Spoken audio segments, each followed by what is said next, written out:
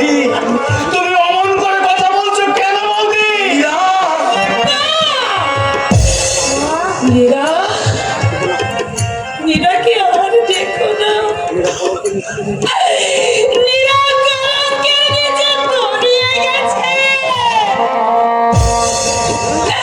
এই শোনো, আমার স্বামী, আমার স্বামীকে যেন তুমি এইসব কথা বলো না, তাহলে সে বড় আঘাত পাবে। আমার স্বামীকে তুমি এইসব তুমি কি হয়ে গেলে? তোমরা আমাকে বিশ্বাস করো বাবা, আমার কোনো দোষ ছিল না, আমার কোনো দোষ ছিল না। ওই শয়তান এমনি করে আমার দেহে কলঙ্কের কালি লেপে দিয়েছে। আমি বড় আশা নিয়ে আমার স্বামীর ছাত্রী ওই সুচিতা দেবীর কাছে গিয়েছিলাম।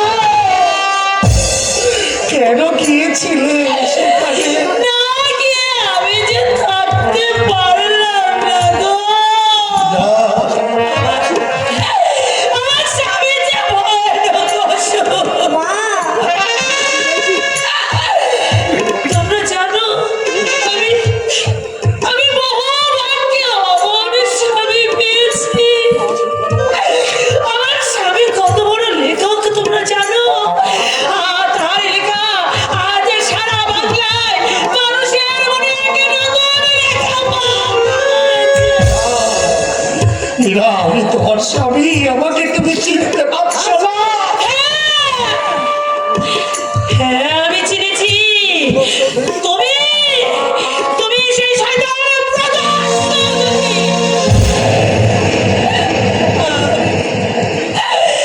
আমি তোমার দুটি পায়ে পড়ি।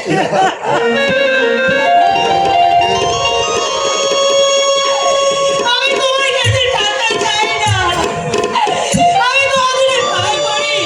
আমাকে আমাকে তুমি কলঙ্কের কালি লেপে দিও না। আমি তোমার দুটি পায়ে কি বললে প্রদোষ চৌধুরী? তোমার লম্পট প্রদোষ চৌধুরী! আর তোমার বাঁচা হলো না। যে পথে আমি নেমে গেছিলাম, মায়ের মৃত্যু আমার সেই পথ থেকে এনেছিল। কিন্তু আজ বৌদি আমার এই নির্দয় লাঞ্ছনা আবার আমাকে সেই পথে ছেড়ে দিচ্ছে। লম্পট প্রদোষ চৌধুরী!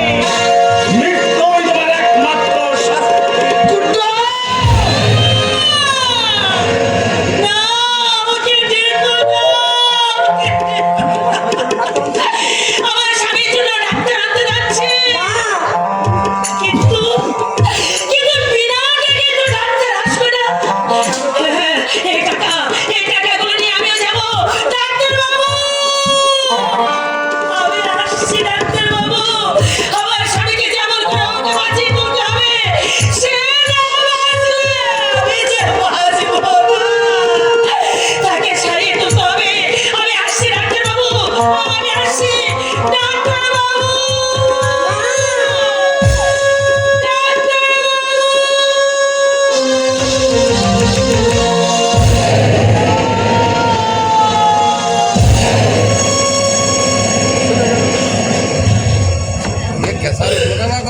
চলে গেল। একে একে সবাই তোমরা চলে গেলে। মা কোথায় চলে গেল বাবা? চিরদিনের জন্য অন্ধকারে হারিয়ে গেল রে বাড়ি। এবার আমিও যাব। মা আর কবে আসবে বাবা? আর আসবে না, আর আসবে না রে বাবা। তোর মা আর আসবে না। তবে আমি কার কাছে থাকবো? তাই তো, তুমি কার কাছে থাকবে বাবা? তুমি কার কাছে থাকবে? কৌশিকের অস্তিত্ব আমি কার কাছে গচ্ছিত রেখে যাব? আমি কার কাছে গচ্ছিত? বাবা সময় সময় মনে মরে যাচ্ছে বাবা।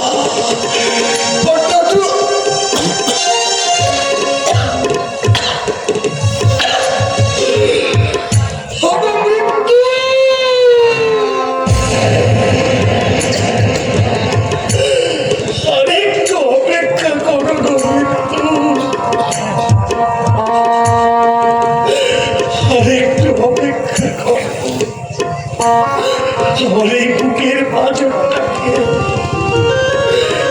আমার এই কবিতাটাকে একটা নিশ্চিন্ত আশ্রয় রেখে যাওয়ার সময়টুকু তুমি আমাকে ভিক্ষা দাও।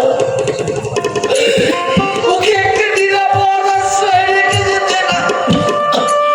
বাবা, বাবা রে, আমাকে একটু হাত ধরে নিয়ে চল না বাবা। তোকে একটা নিশ্চিন্ত আশ্রয় রেখে যেতে না পারলে আমি যে পরে পরে গিয়েও শান্তি পাবো না রে বাবা। ও বাবা, চল না, আমাকে একটু হাত ধরে নিয়ে চল না বাবা।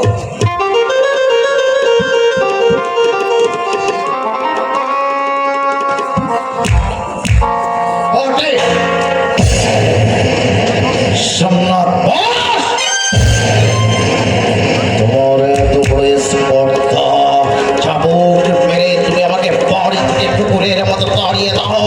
আমার নবপ্রদেশ চৌধুরী ওই বিশাল ছাত্রের সঙ্গে আমার বন্ধুত্বটাকে জমিয়ে তাদের দিয়েই তোমাকে ঘায়েল করবো শয়তান।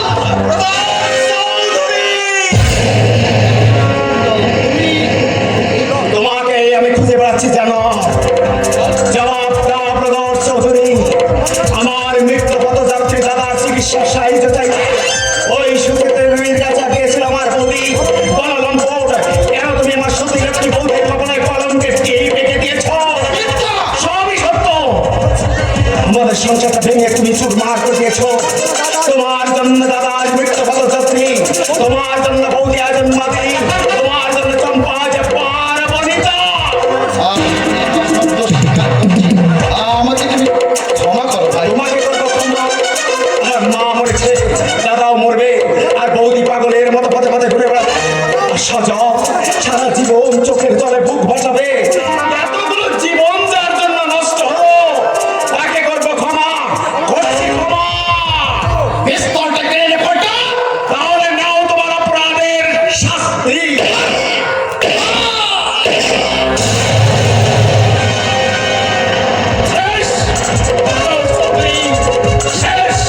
শেষ, ঠিক হয়েছে।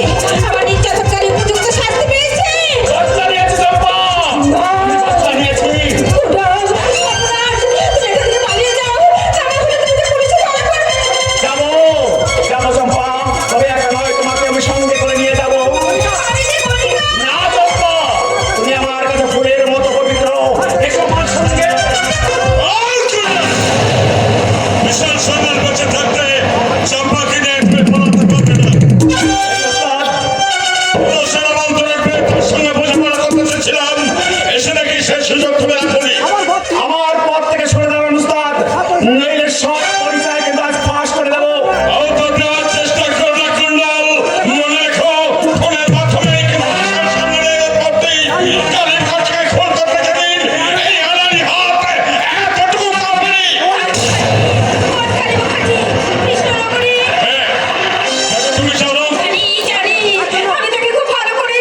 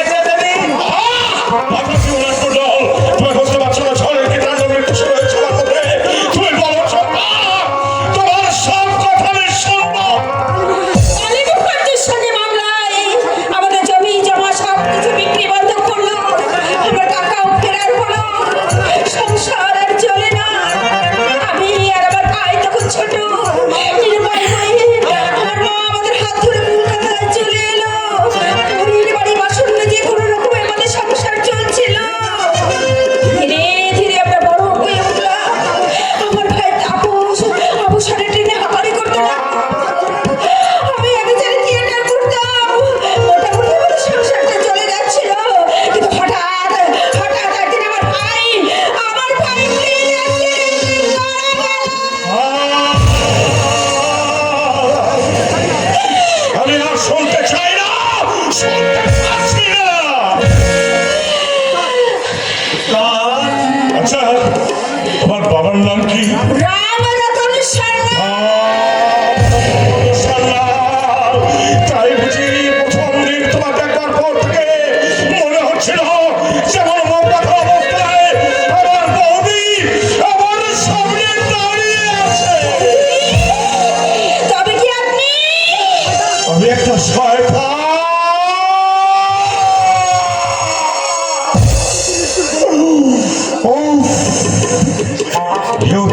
কি নিষ্ঠুর পরিহাস! এসব কি বলছেন আপনি? বলবার কোনো ভাষা নেই, বলবার কোনো ভাষা নেই। এই রাধার পিস্তল গুলি করে বুকটায় শত ছিন্ন করে ফেলাম।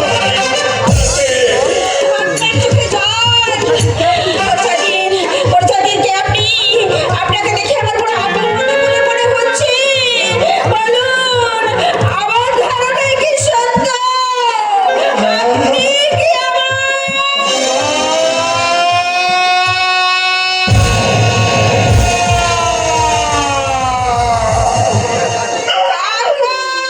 আমি তোর হতভাগ্য কাকা। রে, আমি কি করলাম?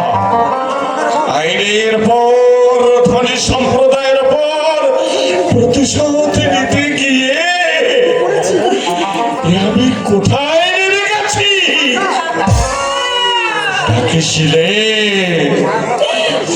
আমার মায়া ভরা কণ্ঠে এই শয়তানকে কাকা বলে ডাকেছিলে। তো কাকা ছিল নীলরতন সান্যাল। নীলরতন সান্যাল, বিশাল সান্যাল এবং বিশাল সান্যালে স্বামী সদানন্দ গোস্বামী। তিনজনের আমলের স্বামী এক। ইন্সপেক্টর সাহেব, খবরদার! কেউ বলবার চেষ্টা করবে না। সারা বাড়ি পুলিশ শিখে ফেলেছে। দেখো, তবে তুমি আমায় অ্যারেস্ট করতে পারবে না নিরঞ্জন রায়। অসংখ্য অপরাধী অপরাধী তাই আজই তোমাকে গ্রেফতার করে আমি আইনের হাতে তুলে দেবো। আইন! আইন কোথায়? কোথায় আইন? আইন নেই। আইন থাকলে নীলরতন সান্যাল একটা বিশাল সান্যাল হতো না। আইনে যাদের পকেট থাকে, যাদের পকেট আছে ভরি ভরি টাকা, আইনে নেই। আচ্ছা, শুধু আইনে নামে প্রহার কর। একদম সোজা দাঁড়িয়ে থাকো। আমার এত পিস্তল আছে, আমাকে গুলি করলে কিন্তু আমি তোমাকে গুলি করে দেবো। বাইরে পুলিশ আছে, বিশাল সান্যাল। থাকো। তুমি আমায় আইনের হাতে তুলে দেবে, তাই তো? ভগবান অনেক আগে আমার আইনের একটা পাশে বেঁধে রেখেছে, তাই তুমি আমায় অ্যারেস্ট করতে পারবে না নিরঞ্জন রায়। বাইরে পুলিশ আছে, বিশাল সান্যাল।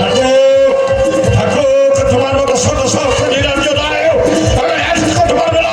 তোমার চোখের সামনে দিয়ে পালিয়ে যাবো, এই দেখো তোমার চোখের সামনে দিয়ে।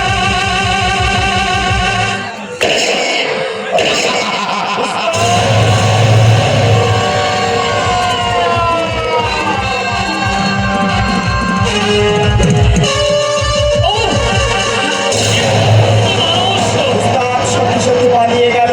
কুণ্ডল, বলুন, আমি হাত বাড়িয়ে আছি। চম্পা, তোমাকেও থানায় যেতে হবে। যাবো? দারোগা বাবু, বলুন। যাওয়ার আগে ছোট্ট একটা অনুরোধ যদি আপনি রাখতেন। হ্যাঁ, বলো। যাওয়ার আগে একটি বারের জন্য আমি আমার দাদার সঙ্গে দেখা করতে চাই। অসম্ভব! থানায় চলো।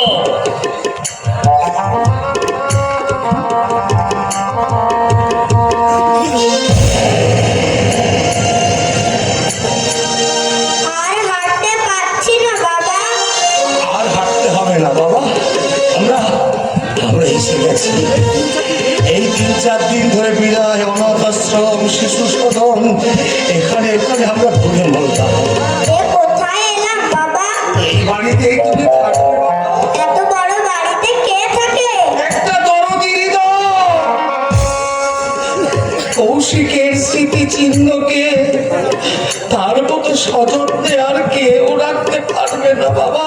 তুমিও থাকবে তো বাবা? আমার যে ওই চিরশান্তির দেশে ডাক এসে গেছে বাবা। তবে আমিও তোমার সঙ্গে সেইখানে যাব। ও কথা বলতে নেই, ও কথা বলতে নেই বাবা। তুমি বেঁচে থাকো, অনেক বড় হও, দুঃখিনী মায়ের কথা কোনোদিন মনে করো না।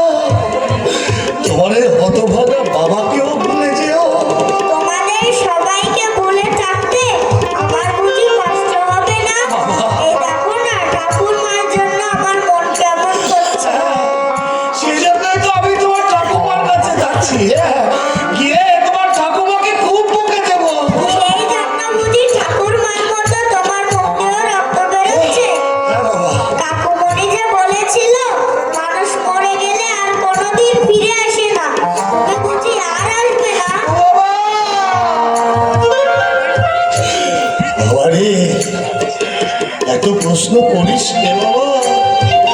তোর এই প্রশ্ন ওই ভগবানকে করিস, তিনি এর উত্তর দেবেন। তারা কথা বলছে এখানে, তারা কথা বলছে এখানে কি মাস্টার মশাই, এ তোমার কি অবস্থা? এ তুমি কাকে দেখছি? তুমি এসেছো নিকিতা, তোমার দিদিমণিকে একটিবার ডেকে দাও না। এখানে কেন? বাড়ির ভেতরে এসো। না দিদিদা, ওই বাড়ির মধ্যে আমি যাবো না। তাছাড়া আমার হাতে যে অত সময় নেই দিদিদা। দিদিদা, আমার এই সজলকে একটা স্নেহ শীতল আশ্রয় রেখে যেতে না পারলে আমি যে নিশ্চিন্তে যেতে পারছি না। দিদিদা, তোমার দিদিমণিকে আমি বলেছিলাম যদি কোনোদিন আমার তাকে প্রয়োজন হয় আমি তাকে ডাকবো। আজ আজ তোমার দিদিমণিকে আমার বড্ড প্রয়োজন। দিদিদা,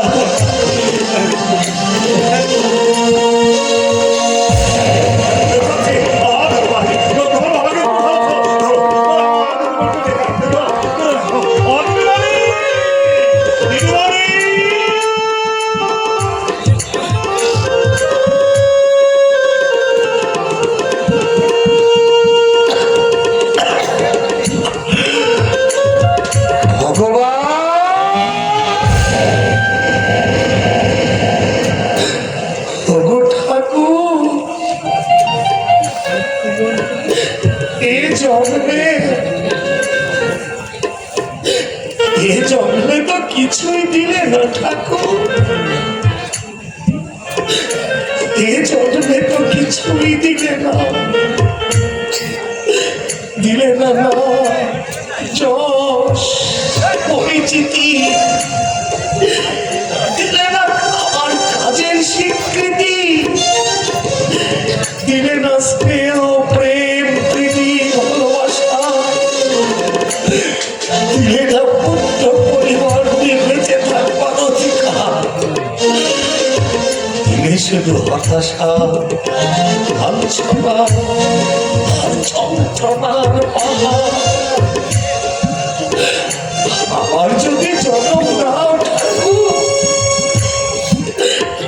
একটু মানুষের মতো বেঁচে থাকবার অধিকার দিও ঠাকুর।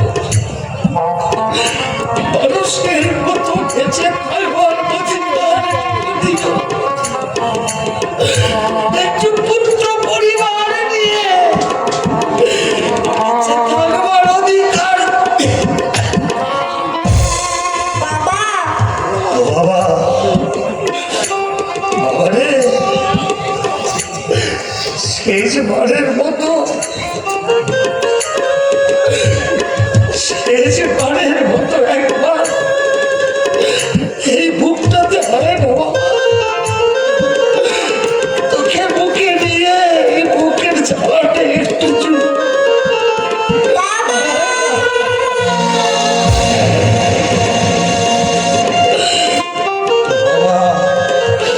পৃথিবীতে এলি, আমি তো তোকে কিছুই দিতে পারলাম না বাবা। আবার যদি এই পৃথিবীতে আসিস ওই ভগবানকে বলিস আমার মতো গরিবের করে যেন না পাঠায় বাবা। আমার মতো গরিবের করে যেন তোকে না পাঠায়। আমি তো তোকে কিছুই দিতে পারলাম না রে বাবা, আমি তো তোকে কিছুই দিতে পারলাম না, হয়তো দিতে পারতাম কিন্তু ওই বুড়োর দিদিমণি কে বাবা? কৌশিক!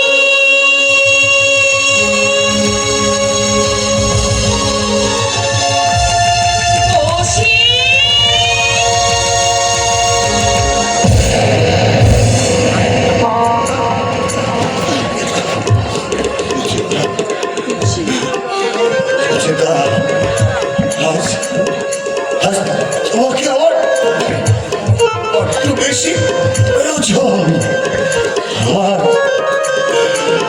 আমার জীবন প্রদীপ শেষ হয়ে গেছে সুচেতা। আমার এই বুকের পাঁজরটা যাকে আমি শুধু এই পৃথিবীতে এনেছি কিছুই দিতে পারি না।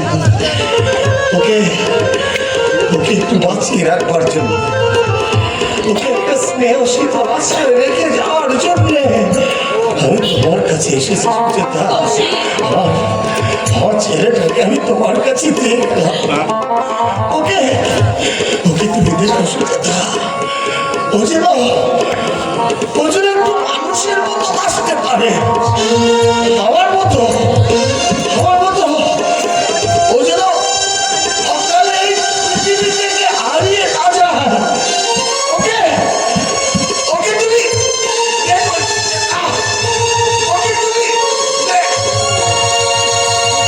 কৌশিক! কৌশিক!